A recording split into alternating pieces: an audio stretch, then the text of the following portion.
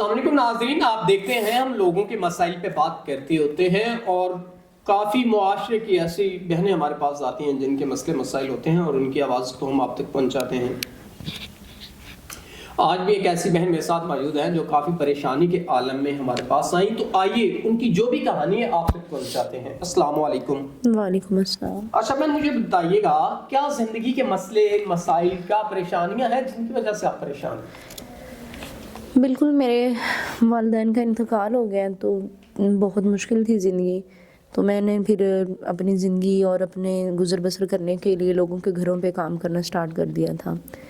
تو پھر ادھر سے مجھے اچھی خاصی کمائی ہوتی تھی لوگوں کی طرف کام کر کے۔ پھر میں نے اپنی ساتھ ساتھ ایجوکیشن اپنی تعلیم بھی مکمل کی تھی، تو جاب بھی سٹارٹ کر دی تھی۔ پھر اس کے بعد پھر میں نے ایک گھر بھی لیا اپنا، اپنی ہی محنت سے کمائی ہوئی رقم سے۔ تو جدھر سے میں نے گھر لیا ہے ان لوگوں نے میرے ساتھ دھوکہ کیا ہے، گھر میرے نام نہیں لگوایا اور رقم مجھ سے وصول کر لی ہے، تو بس ان کی طرف سے مشکلات کا سامنا کرنا پڑ رہا ہے۔ ناظرین دیکھیں، ایک بیچاری بہن نے کس طرح اپنا نظام زندگی کو سروائیو کیا، جاب کر کے پیسہ کما کے گھر لیا اور ان کے ساتھ فراڈ ہو گیا۔ تو اب آپ کیا چاہتی ہیں بہن اپنی زندگی کے آگے کیا دیکھتی ہیں آپ؟ بس میں سہارا ڈھونڈتی ہوں، کیونکہ میں اکیلی عورت ہوں تو میں ان کا مقابلہ نہیں کر پا رہی ہوں۔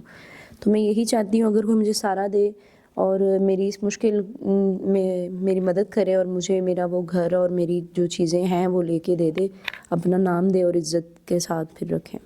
ناظرین، بہن نے واضح طور پہ کہہ دیا کوئی مجھے اپنا نام دے، مین کے نکاح کرے اور عزت بنائے مجھے اپنی، ایسے ہی ہے بہن؟ جی۔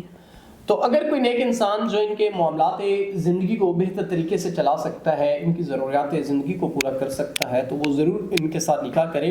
اور میں اپریشیٹ کرتا ہوں ایسی بہنوں کو جو نکاح کے لیے آتی ہیں اور کھلے عام آپ کو نکاح کا پیغام دیتی ہیں۔ تو آپ لوگوں کا بھی ایک اخلاقی فرض بنتا ہے کہ آپ نکاح کریں تاکہ معاشرے سے برائی ختم ہو سکے زنا جیسی۔ تو امید کرتے ہیں کوئی نیک انسان اس بہن سے نکاح کرے گا اور ان کی زندگی کو آسان بنائے گا۔ تو اسی کے ساتھ اپنے میزبان نواب احمد کو دیں اجازت، خدا حافظ۔